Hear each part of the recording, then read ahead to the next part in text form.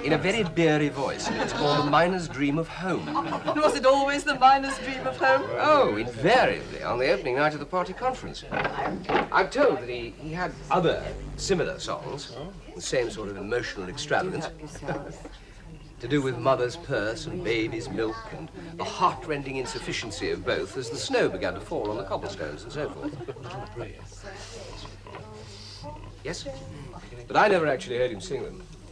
The Miner's Dream of Home was a sort of launching, an annual first midnight ritual. Once his portly, beery, lachrymose old lordship had sobbed his heart out over that, in the lounge of the Imperial or the Metropole or whichever hotel was being used as chief's wigwam, the whole orgy of booze and beastliness could get properly underway. It was worth hearing once. A performance to amaze our glistening fraternal delegates from Chad and the Upper Volta, whose finer sensibilities could be seen to twang with distaste as they listened. Lord Ted was simultaneously an education and an affront. Lord Ted. Lord Ted. Yeah, thanks, Sam. But he never was a miner, was he? No, the man was from the East End of London. But he'd fastened onto the fact that the word miner is one of the most emotive couplings of syllables available to any professional in the labour movement. An old fraud. No, not really. He simply confined himself to what he was good at. He continued his politics all his life, the way he first knew them. Even in committee, he was still seeing 5,000 people gathered in front of him, ready to be moved to tears and stirred to action. He used to trigger off a strange little fantasy in my mind of myself pressing somebody's doorbell and being instantly engulfed by the Hallelujah chorus.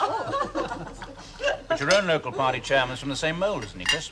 I seem to remember meeting him once when he brought a little band of brothers to see you at the house. There are echoes. King Bernard does have a certain talent with the vox humani. Old constituency joke, the chairman's name is Bernard King. Is that camembert edible? He's no longer the force he was. But there was a time when his control over that council and the party up there had a distinct medieval royalty about it. Disgraceful, of course. It's about as democratic as Berchtesgaden. But admirably effective. Bernard kept things orderly. I regret his grey hairs. Have you got problems in the constituency?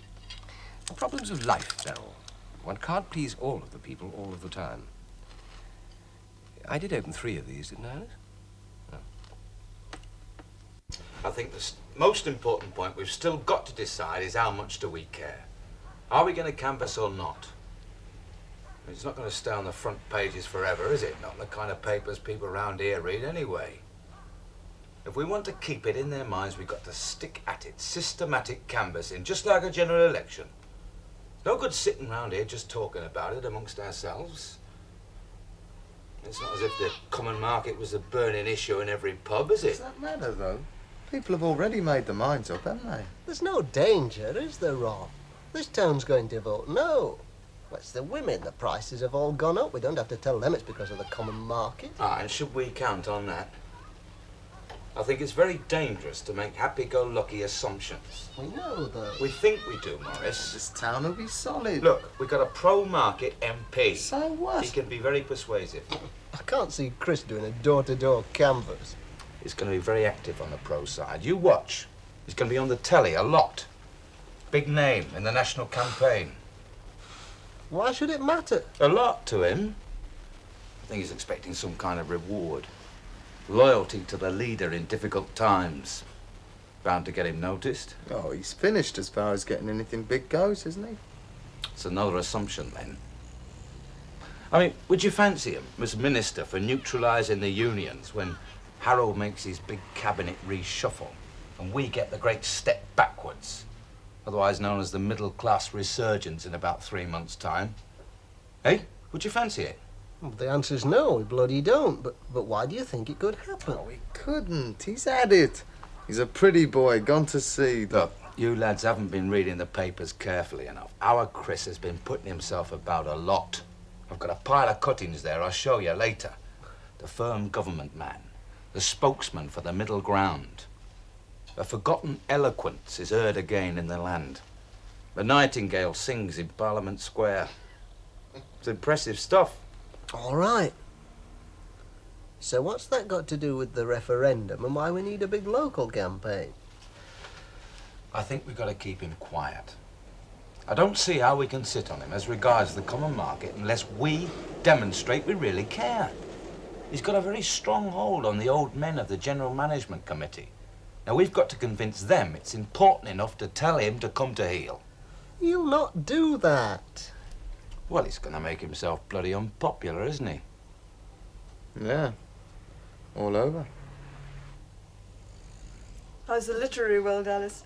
Have you got anything shamelessly erotic coming out? Not our style, Helen. Don't you want to make dirty money by the ton? In a sense, we already do. Our gardening list is very popular.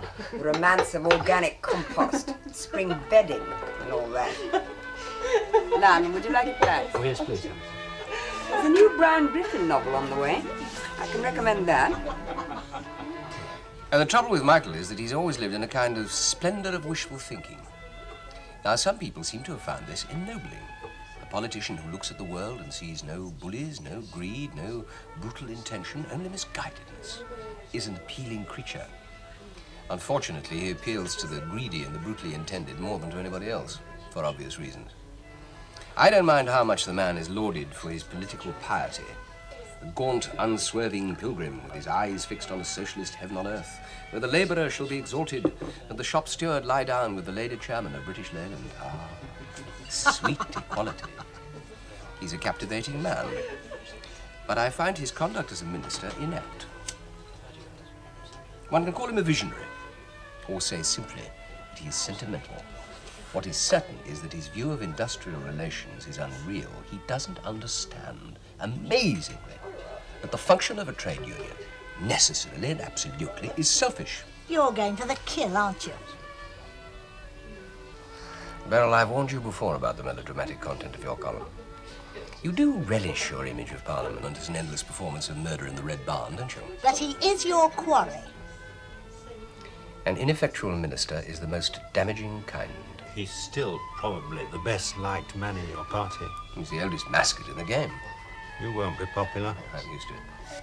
You think this is no time for discretion? I have never much valued it, Beryl. Some people are going to say you're trying to do the opposition's work for them. That's about the best I can expect from a lot of your readers, Dick. It doesn't worry you? But it's not a bad thing, is it, that members of a party are seen trying to put their own house in order? What is the strength of your group now? It's growing. Should say it's about 40. That many? Not pissing about, then, is he? He's not exactly grabbing a mass audience, though. I mean, most of this stuff's for the lily-handed intellectuals, innit? What the bloody hell does otiose mean? Useless, futile. He's going for the professionals first. Somebody here describes him as the most agile mind to desert the winos of the Strangers' Bar since a barmaid called Hetty retired. Nice one. Crisis over up there, Ron? Yeah.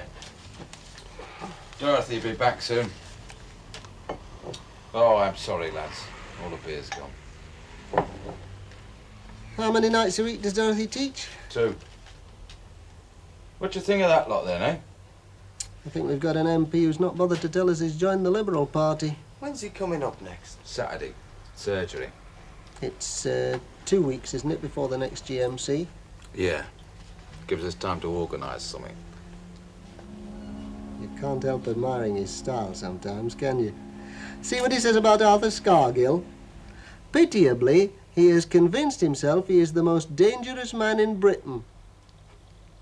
I like that.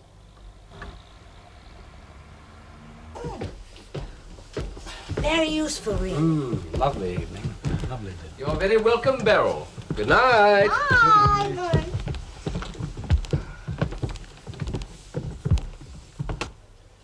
You've earned a drop of your own brandy, I think, Chris. You are right, Peter. Let me get it for you. Oh, thanks.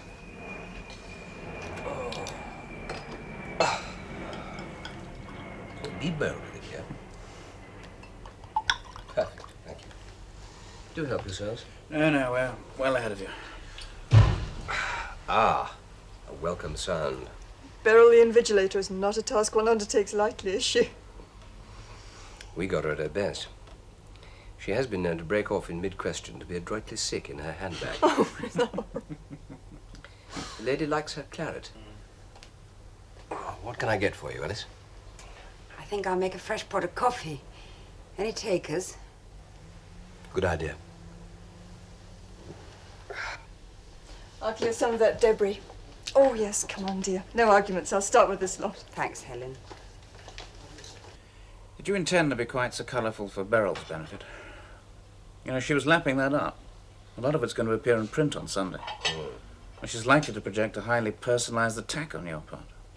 She'll follow the rules. Usual hedging. Collinson is known to be contemptuous of.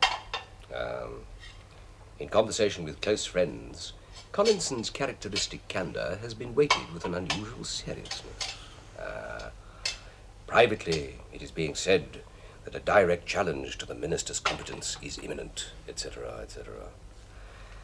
The trick is to give her editor and her readers the impression that she's been talking to half the party. What do you expect from Dick Harrison? Usual gypsy stuff. Don't be surprised if two of Labour's eggheads soon lock horns. Some cheerful, fatuous nodding and winking, with mixed metaphors of that kind. So is it worth the effort? You know, there are one or two much more respected political correspondents. Wouldn't it be better to cultivate them? Not this way, it's too crude. The ones you can steer are the ones who are really intimidated by the privilege of confidences, like our two friends tonight.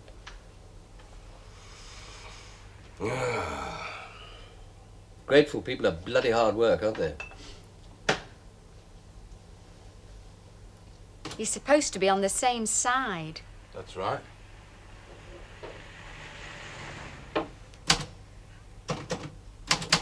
Why did you take on this job? Get paid nothing for it. You turned the house into a toy Kremlin with your mates coming around here every other night, playing at Revolution.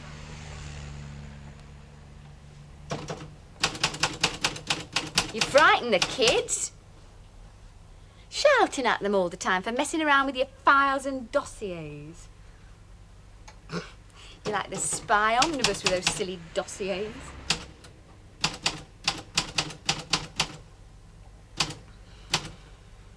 You hate half the people you're working with.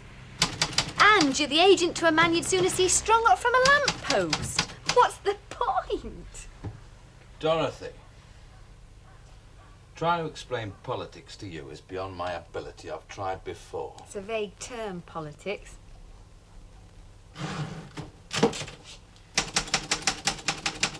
You just hate the man's guts, don't you? I mean, all these meetings you have in here with these henchmen of yours, they're all about him, aren't they? How can we get rid of Chris Collinson? That's all you think about. You're obsessed with it. Oh, nice, Dorothy.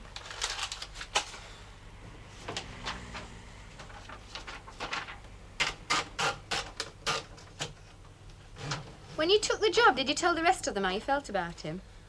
They're only too glad to get someone to do the bloody work. They didn't want to know.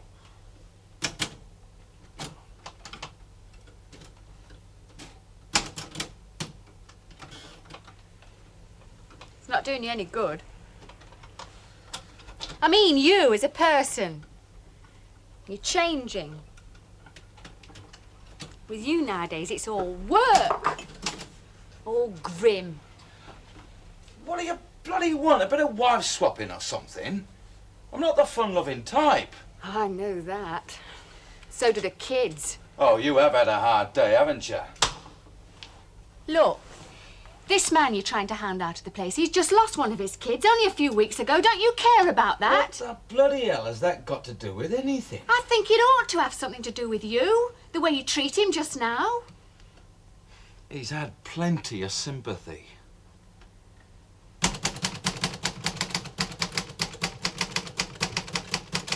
You can rest tomorrow, can't you?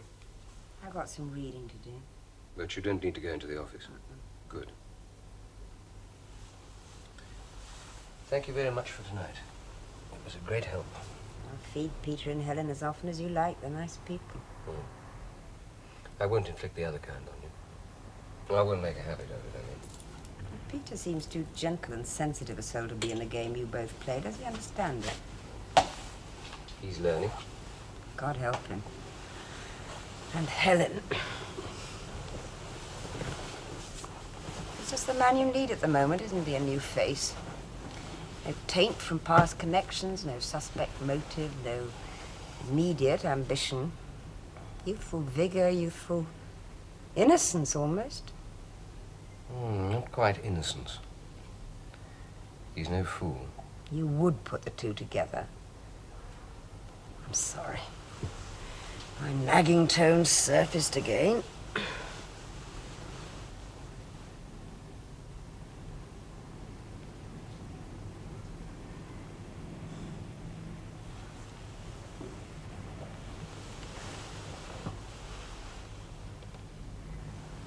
No.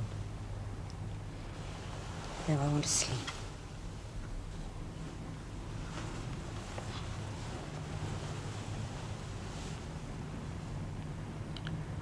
You still mistrust me.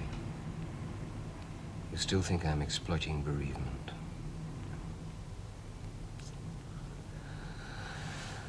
I hoped you got rid of that fear. We seemed a little closer. You've been able to look at me frankly like you used to these last few days sometimes. You worked very hard for me tonight. It wasn't only for you. Why should you think that? Well, I never imagined you'd find any pleasure in it. I've got to get back into being alive.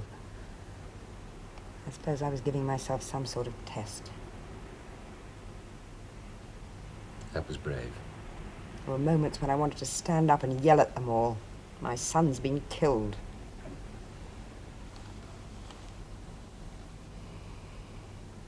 And at me, too. You're a very strong man, Chris. You gave a measured, perfectly controlled performance tonight. I think I know now why you've made enemies. It's not because you've let your tongue run away with you too often. People recover from being insulted. Are you saying I can be vindictive? That's hardly rare among politicians. It's not my point. Well? It's the cold center in you. What a harmless sounding word. Dispassionate. Christ, what it means.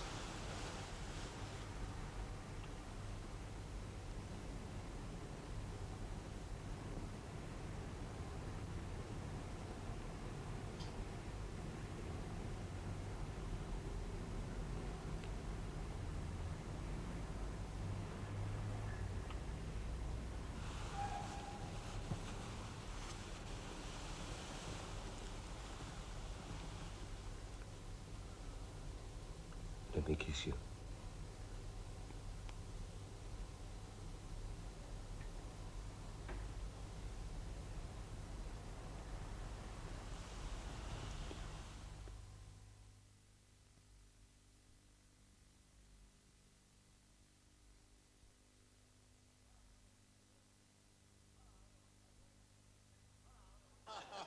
Then Pa, who had seen the occurrence, didn't know what to do.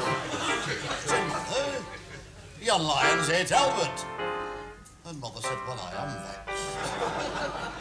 Then Mr. and Mrs. Ramsbottom, quite rightly, when all's said and done, complained to the animal keeper that the lion had eaten their son. The keeper was quite nice about it. He said, what a nasty mishap. Are you sure it's your boy that is eaten? Pa said, am I sure? Here's his cup. The manager had to be sent for. He came and he said, what's to do? Pa said, yon lions ate Albert, and him in his Sunday clothes too. Then Mother said, right, young fella.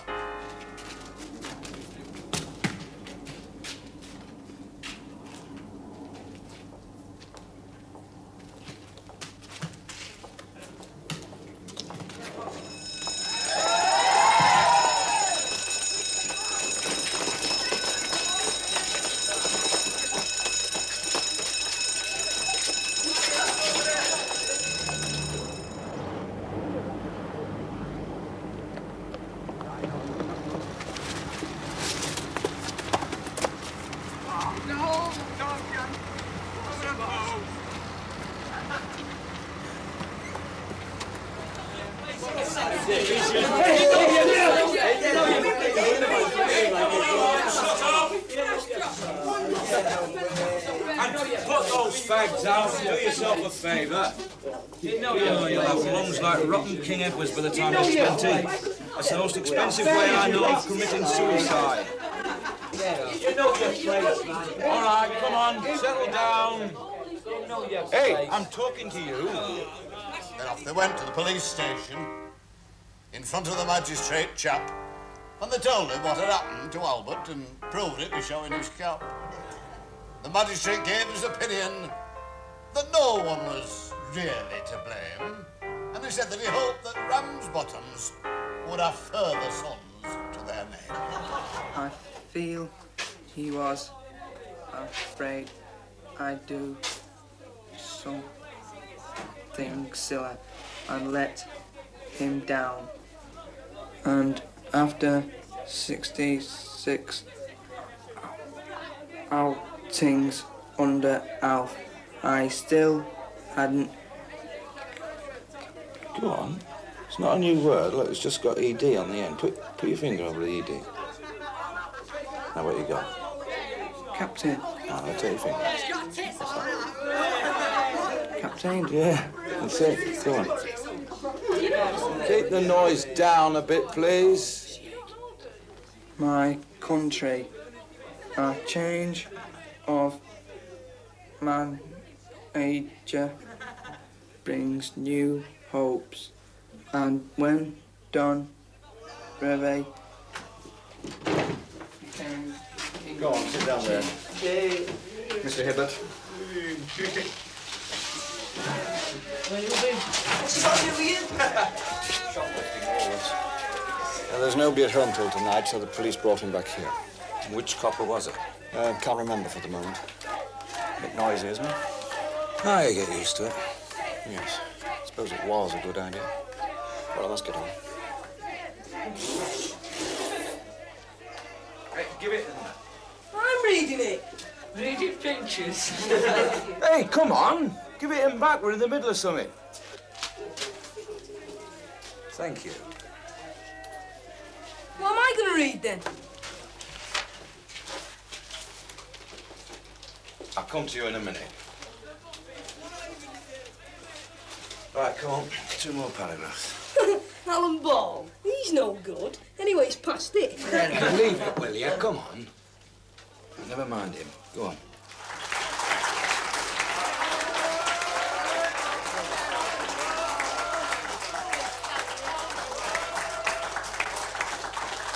Well, there's one thing our generation can say for ourselves, ladies and gentlemen, and that's this.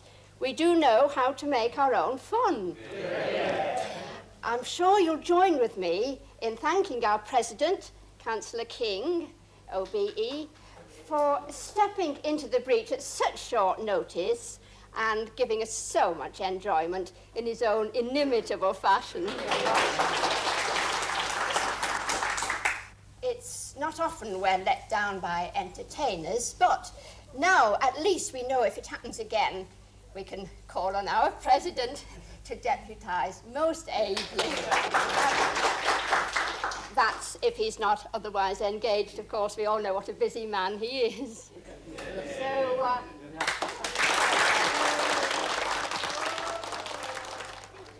Thank you, Mr. King. Thank you very much. Very good, very nice. Hey, one thing. Think on.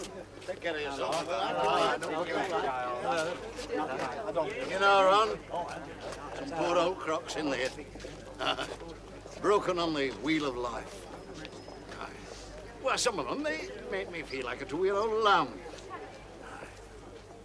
Terrible thing is old age, you know. Oh, that's why I've decided not to go in for it.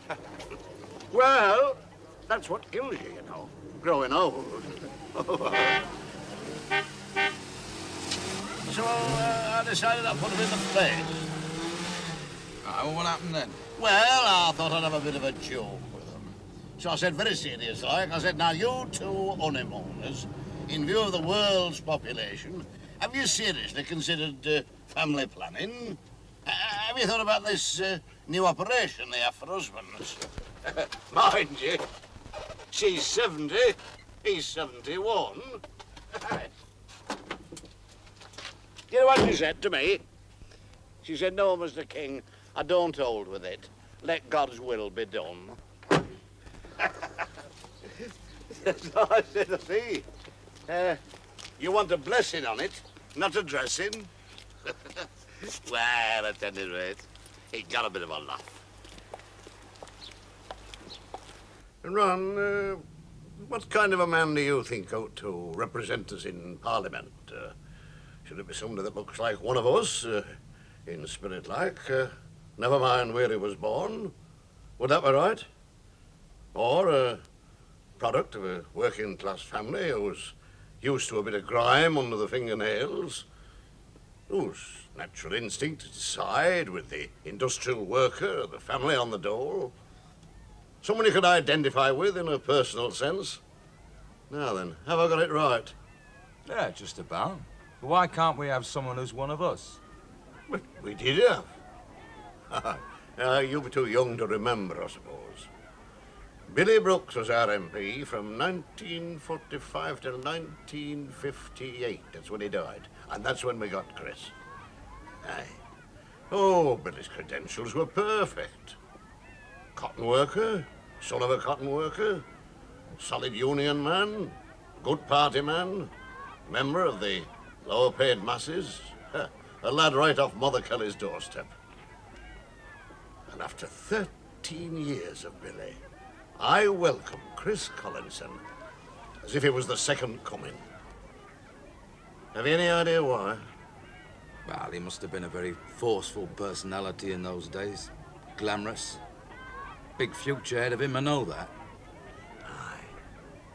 But you didn't know what Billy was like, and all the other Billy Brookses that our party used to have in the Commons. Oh, I used to go up to Westminster quite a lot in them days. Various deputations, you know, to try to get things done for this town.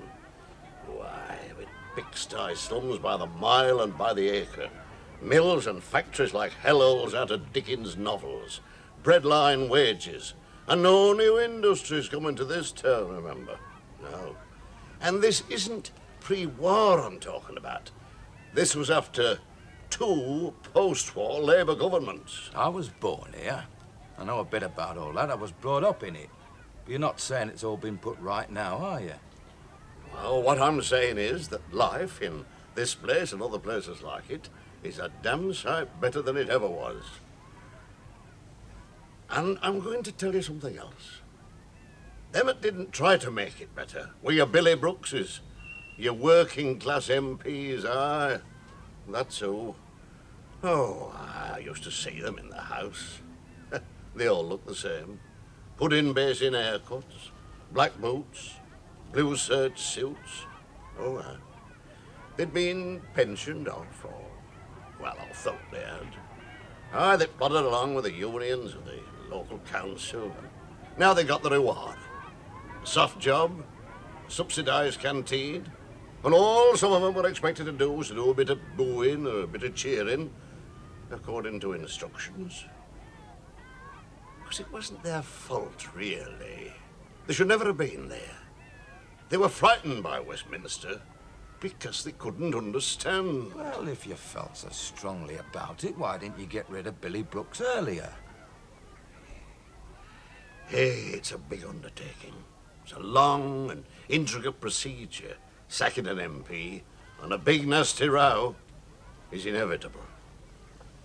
Of course, not everybody round here thought the way that I did.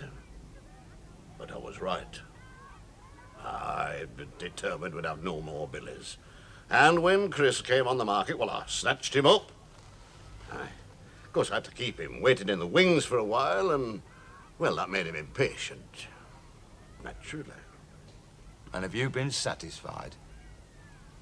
Well, I reckon he's made as much use of Westminster on our behalf as any MP can. And the evidence is in bricks and mortar and concrete, mostly. Still part of the economy pact for second-class citizens. Whatever happened to Jerusalem, eh? That's what you're asking, Ron. Well, I'm glad.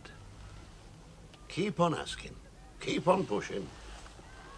Hey, do I seem a bit complacent to you?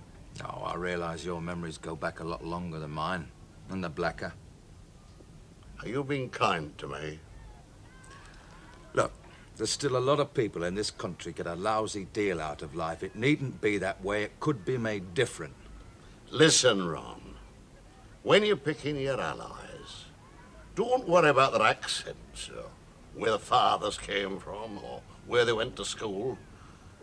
Go for the ones with the brains, with a bit of right kind of arrogance that expect to get things done. Put them to work for you. You don't have to like them. And all Social Security can say is no. Thus far and no further, Mr. Timmins. You're getting your entitlement up the hill. Well, all right if that's it. Fair enough as far as they're concerned. But what we're saying, Mr. Collinson, is this. Plain and simple. We've got a need. Somewhere in this welfare state of ours, there must be provisions laid down whereby that need can receive due consideration. See, I mean, we don't think, and we've been battering away at this for 11 years now, that welfare at Town Hall is doing anything like enough. In fact, we thought we were being forward when she was still only a baby, and we were saying to them, look, we've got a plan for when she's growing up. And that's when we started asking for special appliances in the home for her. But nothing's happened yet. Nothing at all.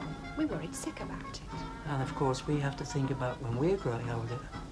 Well, I mean, anything could happen, you see. Mr. Timmins, Mr. Timmins, can you tell me exactly what assistance you have so far received?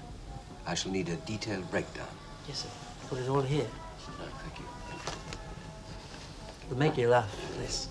Pathetic. It is, really. You've always had my vote, Mr. Collinson. Yes, I can assure you of that. And hers.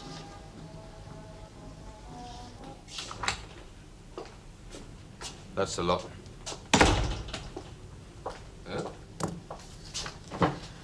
What happened to Messrs. Bailey Brothers, private hire, compulsory purchase of premises? Well, you know, Saturday, busy day, weddings, pub trade. They got no case anyway, just making a bloody fuss. Defiant small trader under siege. A modern English hero, much loved of the Tory press. Well, give him a few more minutes. You don't usually hang about. Do you think you know enough about me, Ron, to say what is usual? I'm late. Hello, Chris. I'm sorry. Have I kept you? Mr. John Bailey. Bailey Brothers. How do you do, Mr. Bailey? How do you do, Chris? Good to know you. I've always wanted to. We could have privacy, couldn't we? And no offence, Mr. Hibbett. See the picture in the paper? You're very left, aren't you? And besides, what I've got to say about the council is dynamite. You understand, Chris? I'll be next door. All right, Ron. Do sit down, Mr. Bailey. Now, Chris, I've come to see you because I know that you're non-political. The wife says, don't go, they're all hand in glove. I says, you're wrong, that this man is above party politics. So here I am. You want to hear my tale of woe? Of course, Mr. Bailey. Please go ahead. Right. Well, it'll make your hair curl when you hear what I've been treating. Diabolical. Well, for starters, the question. Does our society still pride itself on the sturdy independence of the island race? I've always been naturally sympathetic towards individuality. That's a middle-class privilege. I'm more concerned about the people who don't get a choice. They're often referred to as the masses. They haven't been abolished. We're supposed to represent them. I don't like the concept of a lumpen proletariat. It's disparaging. I'm surprised at you, Ron.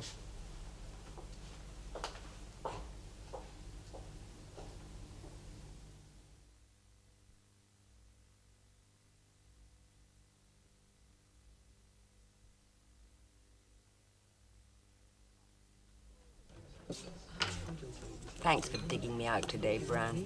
Well, I promised you a joke. What do you think?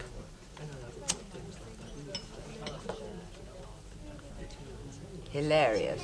Good. We should see it at night. Like a lump of old Pathy news around the Chelsea Arts Ball. How are things? Manageable. I'm sorry, that was a portentous sort of answer. I mean, things are okay. Chris seems to have established for himself what the politicos call a power base. Our gang, I call it, when I'm in jocular mood. How does he feel things are going? I haven't got into that too deeply. Marriage, the institution of, in a broad philosophical sense, what's its function? What's it intended to do or be, Brian? Am I best qualified to answer that? I'm a spectator, dropped from the team at the moment. I'll offer an opinion.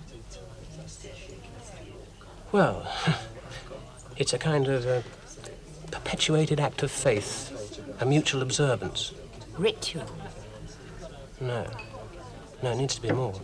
Can we quantify more? Well, I can't, not for someone else. I recognize that Hibbert has a young man's ardor, and we should value that. Oh, thanks, love. He's committed, fiercely. He'd be a good strong-arm man in any Dockland flying picket. I can see him leading one. But I would like to think that that ferocity might be directed at some other targets. Do you think he knows we do still have a conservative enemy? Now, you and me, we both know, Chris, that in our party, fighting among ourselves, well, it's just a habit, one of the customs of the tribe. It does a lot of good in many ways. It keeps the teeth and the claws sharp. Oh, it can be very distracting. I really can do without a 15-rounder in my own constituency. Since you've got your sights on something else. And what exactly do you think that is, Bernard? Now, Chris, there's no need for you and me to fence about it. If you can knock that cuckoo off, you'll get no complaints from me. He's not my type. I can't stand this weak-wristed intelligentsia who think that by wearing red ties and calling me brother, they become the saviours of the working class. No. I like practical politicians, not drawing-room revolutionaries. You'll have Ron after you as well as me. Well, I don't think Ron really knows what he wants. Well, he wants things changed. Well, isn't that how we all started? I am not going to let him put my head on his mantelpiece. No, of course you're not. But I say we need that lad. Now, we were all disappointed in your vote at the last election. Oh, nobody more so than you. And we don't want any more inquests now. Well, I'm going to give you one of the reasons, Chris. I just won. And that was poor organisation. I don't deny my own responsibility. Well, don't let's go over dead ground. I say that Ron's the hardest working secretary we've had in 10 years. Now, you may see something sinister in that. I say, let's use his abilities, and next time we'll have all the organisation we need. And we must have that, Chris. Is any good? No, Why are you watching it then? I'm not. I think it's watching me. Oh, very mystical. Switch it off, love. Who's that? Akim Tam. Rubbish. Well, I don't know. Fella that goes in the second.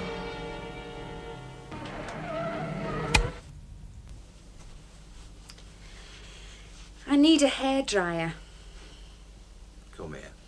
I'll do it for you.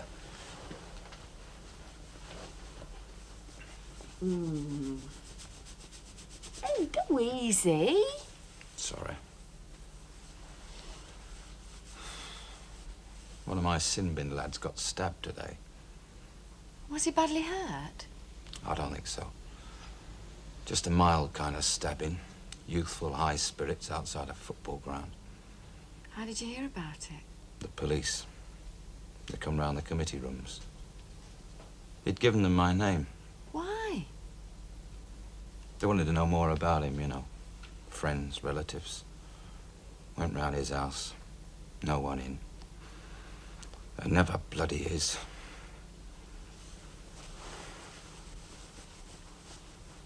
His name's Riley.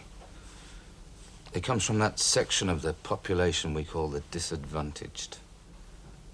He's the guarantor of permanent employment for borstal governors, prison warders, social workers, social security clerks, means testers.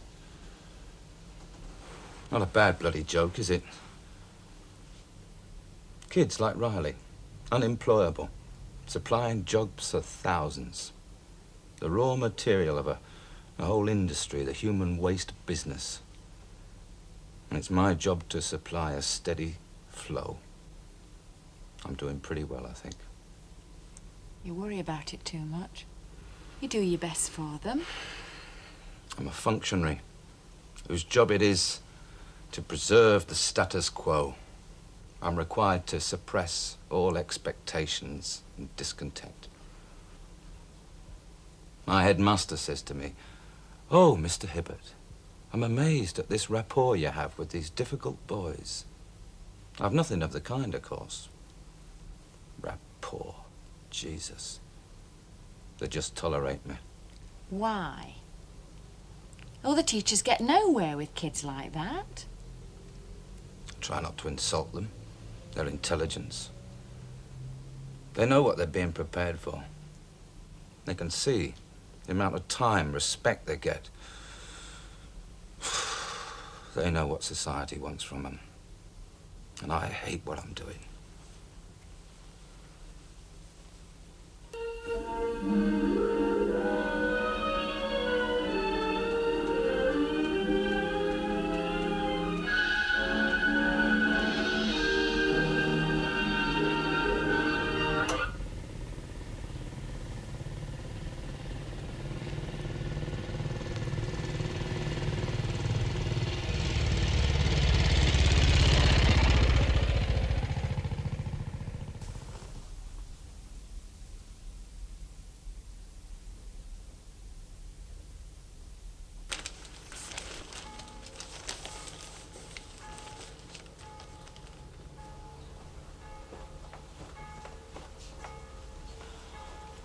Hello. Did you want some tea? I thought I would let you sleep on. It's all right. Were you very late in last night? I didn't hear you. You were well away. You may need some hot water. How did your day go? Drifted by. How's your standing in the bluff, belligerent north? Usual swings and roundabouts. Hostilities continue. Bernard is making suitable, subtle arrangements. In return, I shall be inoffensive, passive even, on the subject of the referendum. Up there, that is. In fact, I shall stay away as much as possible. I can do plenty for the cause elsewhere, unpublicized, and Bernard won't object as long as I avoid provoking the Hibbert camp. He's still the puppet master, is he? The great mediator keeps his touch. Bernard could have averted the crucifixion. You in the papers? Nope. Overtaken by events. The hoofing out of heifer. Tough. In the event, the silence is timely. Even at the cost of feasting the unspeakable Beryl. She'll deliver in due course. The effort won't prove useless, I assure you. Good. How do you feel? You seem stronger, or more relaxed, or something a bit different from how you've been lately. Do I? I did sleep very well. I cleared Andrew's room out last night. I felt it was time. I would have helped. It's done now. It was time. If there's anything you particularly want, just have a look. Otherwise, I'll deal with it all tomorrow.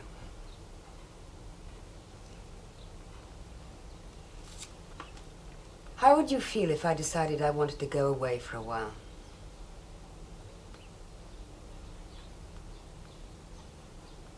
For a holiday? No, not quite that. You do mean alone? You don't want to move at the moment, do you? That wasn't a valid question anyway, yes. I do want to go away on my own. For how long? Could we leave that open?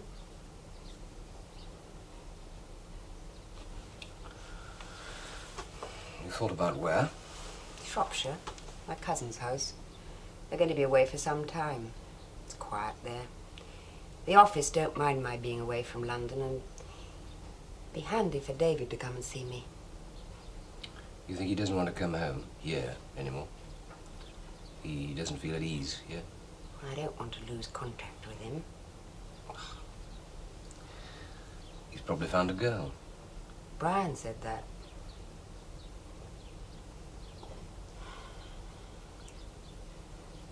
You want to get away from me, don't you? I think he would come and stay with me. That is part of it. But mostly, you don't want to live with me at the moment. I'm sorry.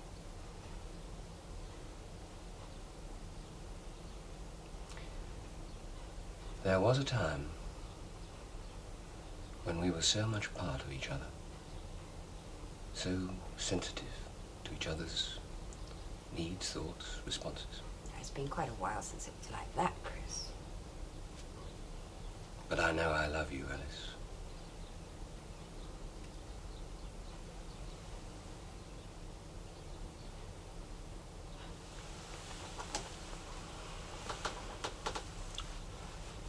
Are you telling me you're leaving me? I want some time on my own. That's all I'm saying at the moment. Does, Brian have anything to do with this? I'm not going to him. But you'll still be seeing him? Yes, but in just the same way as now. Is that going to be enough for you both? He'd go rushing back to his wife tomorrow if he could.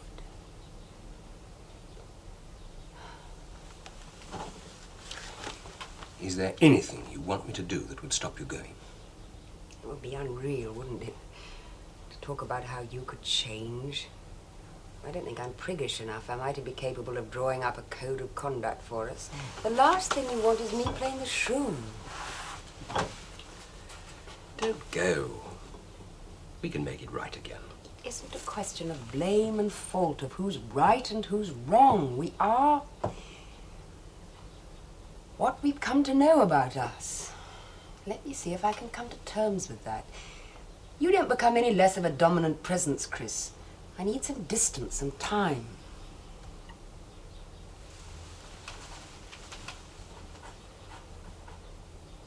I'm going to be entirely alone.